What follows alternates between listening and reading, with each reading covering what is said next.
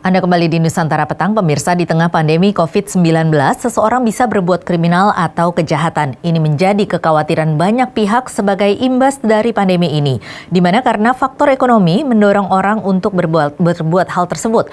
Benarkah demikian atau ada hal lain yang menyebabkannya? Kita sudah bergabung bersama dengan psikolog forensik Reza Indragiri. Selamat petang, Mas Reza. Selamat petang, Mbak Tasya. Iya, Mas Reza, bagaimana analisa Anda terhadap situasi keamanan di Indonesia di tengah pandemi ini, Mas?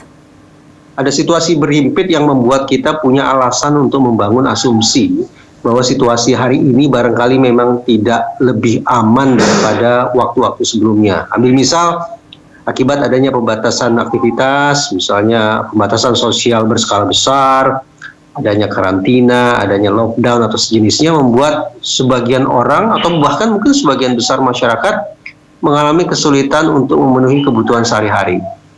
Kalau orang sudah mengalami kesulitan termasuk memenuhi kebutuhan sehari-hari, boleh jadi mereka akan mengalami frustrasi. Kita kembali ke teori klasik. Orang yang mengalami frustrasi barangkali akan menyalurkan frustrasinya, mengatasi frustrasinya dengan cara-cara agresif, cara-cara kekerasan, cara-cara kejahatan. Itu penjelasan pertama. Penjelasan kedua, adakah hubungan bahwa ini bersangkut paut dengan bulan puasa?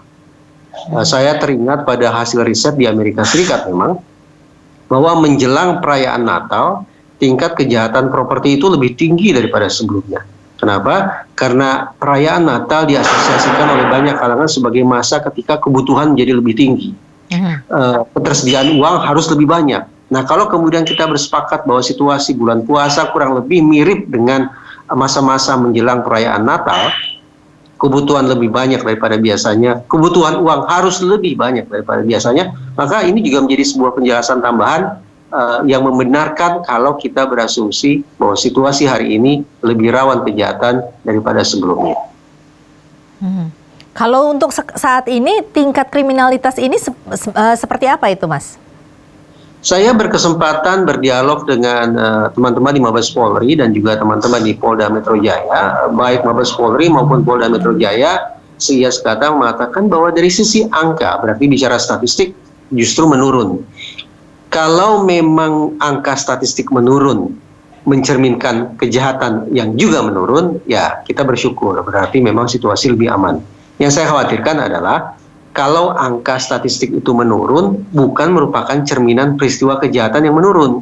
Maksudnya, statistik kejahatan itu disebabkan atau dihasilkan oleh 3 hal. Pertama, laporan masyarakat yang menjadi korban. Yang kedua, laporan atau pengaduan dari masyarakat yang bukan menjadi korban, tapi punya kepedulian. Dan yang ketiga, hasil patroli atau temuan polisi sendiri. Nah, sekarang kita bayangkan, kalau ternyata masyarakat yang melapor lebih rendah, maka dampaknya adalah statistik kejahatan itu akan menurun. Tapi pertanyaannya, ketika masyarakat enggan melapor, statistiknya menurun, apakah itu sama artinya situasinya lebih aman? Belum tentu. Jadi kita perlu lebih cermat menafsirkan statistik kejahatan yang menurun. Apakah ini sungguh-sungguh cerminan kejahatan yang menurun atau antusiasme masyarakat yang justru menurun? Kalau antusiasme masyarakat yang menurun, nah kita harus berpikir ulang. Jangan-jangan situasi sebetulnya tetap lebih tidak aman. Tapi yang menggelisahkan adalah masyarakat. Hari-hari belakangan ini ternyata ketertarikan mereka, semangat mereka, keberanian mereka, kepercayaan diri mereka untuk melapor, boleh jadi yang justru mengalami penurunan. Jadi kalau dari yang Anda lihat pada peristiwa realnya di lapangan ini seperti apa? Apakah memang ada tingkat kriminalitas yang meningkat? Karena saya termasuk orang yang patuh ya pada kebijakan pemerintah Provinsi DKI untuk tetap berada di rumah, maka terus terang saya tidak melakukan observasi terhadap situasi di lapangan. Tetapi semestinya kita harus juga memperluas radar kita ketika bicara tentang kejahatan, Mbak. Kejahatan yang marak dalam situasi pandemi semacam ini bukan hanya kejahatan properti sesungguhnya. Tapi ada kejahatan jenis lain, misalnya, nah ini baru berbasis data ya, tapi datanya data internasional. Di masa ketika sekolah diliburkan, lalu anak-anak harus berada di rumah, sebutlah belajar di rumah, maka kemungkinan mereka berada di depan internet itu jauh lebih lama daripada biasanya. Ketika anak-anak terutama sekali menghabiskan waktu lebih lama di depan internet, bisa dipastikan para predator seksual online juga akan bergentayangan lebih sering lagi. Data atau indikasi gentayangannya para predator seksual ini sudah diumumkan misalnya oleh UNICEF sejak bulan April. Kemudian sekian banyak otoritas keamanan internasional juga sudah mengirimkan sinyal-sinyal bahwa kita harus lebih hati-hati mengingat adanya para pelaku kejahatan seksual yang berkeliaran lewat media online. Terakhir saya komunikasi dengan teman dari Cybercrime Unit Mabes Polri juga mereka mengatakan ke saya sinyal-sinyal atau indikasi kejahatan seksual via online memang juga lebih meninggi dan teman-teman di kepolisian mencoba lebih siaga tentang hal itu. Ini jenis kejahatan kedua di samping pertama kejahatan properti yang tadi sempat kita singgung. Kejahatan yang ketiga adalah mudah-mudahan kita sepakat kita menjadi lebih sering memanfaatkan layanan belanja online. Berarti kita mungkin memasukkan nomor kartu kredit, memasukkan nomor rekening, memasukkan password dan hal-hal yang sifatnya rahasia sebetulnya. Nah, hampir bisa dipastikan para pertas, para maling-maling password, para maling yang ingin mencuri kantong atau rekening kita di bank juga akan berkeliaran seleluasa mungkin pada masa-masa ketika pasar kejahatannya juga terbuka lebih lebar. Itu 3 jenis kejahatan yang memang saya tidak sempat observasi langsung ke lapangan, tapi dengan komunikasi ke sekian banyak institusi, saya cukup yakin untuk mengatakan kita harus lebih waspada daripada sebelumnya. Iya, mengenai kejahatan seksual online ini, apakah memang itu kan yang terjadi di luar negeri begitu ya, Mas Reza ya? Apakah itu bisa diterapkan di Indonesia mengingat masih banyak masyarakat Indonesia yang masih belum melek teknologi begitu? Jangan salah. Bicara predator seksual online, kawasan Asia Tenggara termasuk Indonesia bukan merupakan pengecualian.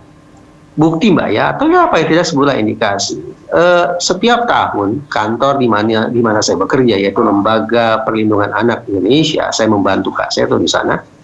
Setiap tahun kami selalu diundang oleh otoritas keamanan dunia untuk secara rutin memperbarui pengetahuan kami, mempertajam keahlian kami dalam mengendus sekaligus menyikapi kasus-kasus kejahatan seksual berbasis online. Jadi mohon kita tidak salah kaprah dengan menganggap anak-anak kita relatif aman. Tidak. Tambahan lagi, pertumbuhan Facebook, pertumbuhan Twitter, pertumbuhan Instagram, pertumbuhan berbagai macam variasi media sosial, yang tertinggi di mana? 5 besar adalah Indonesia. Ini sekali lagi mengirimkan pesan tegas kepada kita, jangan kita beranggapan bahwa dunia maya adalah dunia yang lebih aman daripada dunia nyata. Jangan kita berpandangan bahwa anak-anak Indonesia jauh lebih terjaga, jauh lebih aman dibandingkan anak-anak di luar negeri sana. Belum tentu. Ya, jadi yang perlu diwaspadai adalah kejahatan-kejahatan secara virtual atau secara online yang kemudian akan meningkat begitu ya, Mas. Nah, kemudian di beberapa sumber juga mengatakan bahwa angka pengangguran atau tingkat PHK yang meningkat ini juga bisa menjadi salah satu motif untuk meningkatnya angka kriminalitas atau angka kejahatan. Bagaimana, Mas?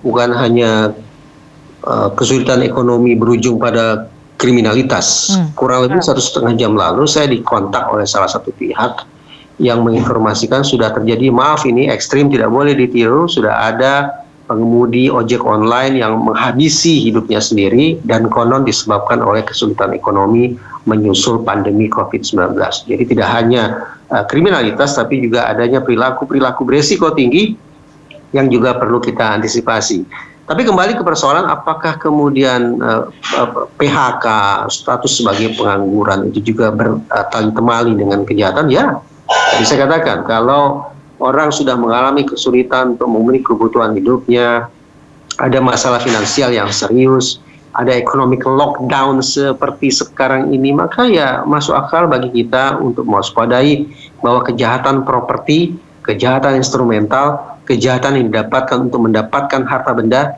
itu juga peluangnya lebih tinggi untuk waktu-waktu belakangan ini.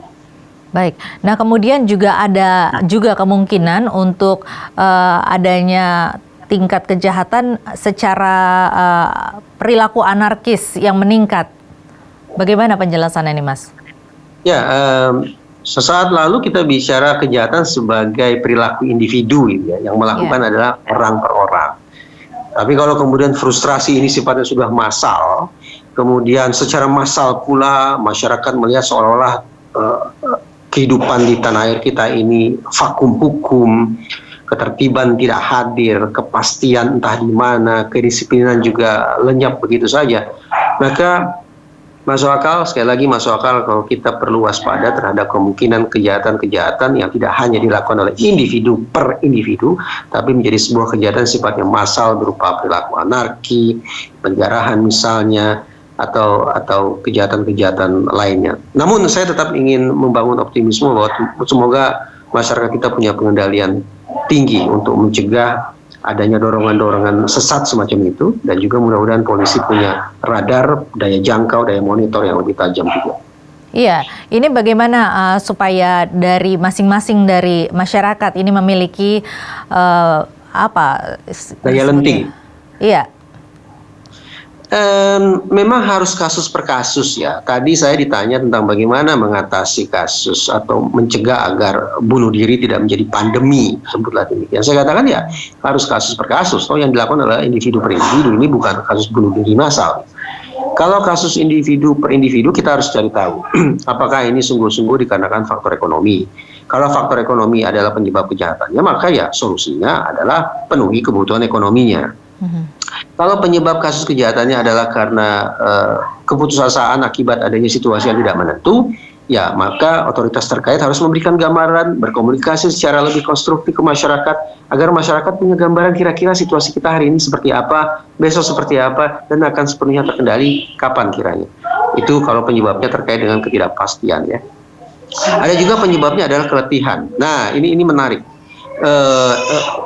Ya, alhamdulillah di Indonesia mudah-mudahan tidak terjadi. Di New York sudah ada dokter yang memutuskan juga menyedihkan menghabisi hidupnya sendiri dikarenakan keletihan. Nah, kalau memang penyebabnya adalah keletihan membuat orang terdorong untuk berperilaku nekat, maka ya istirahatlah. Alihkan perhatian, lakukan aktivitas-aktivitas lain yang ini maksudnya keletihan secara psikologis begitu ya? Lahir batin. Kita bayangkanlah teman-teman kita, dokter, para pekerja yang luar biasa mulia, perawat dan relawan, mereka bekerja katakanlah nyaris tak pernah henti.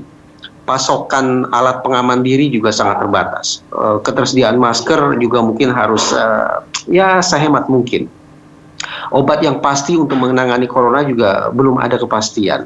Kemudian kapan situasi akan terkendali juga masih menjadi pertanyaan. Tekanannya lahir batin, emosional sekaligus physical burnout, keletihan luar biasa baik secara fisik maupun secara psikis. Itu yang mendorong dokter di New York sana akhirnya memutuskan mengambil langkah nekat. Mudah-mudahan di Indonesia tidak seperti itu.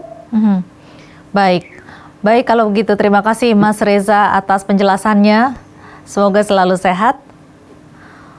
Sehat juga untuk teman-teman di NTV. Baik, terima kasih.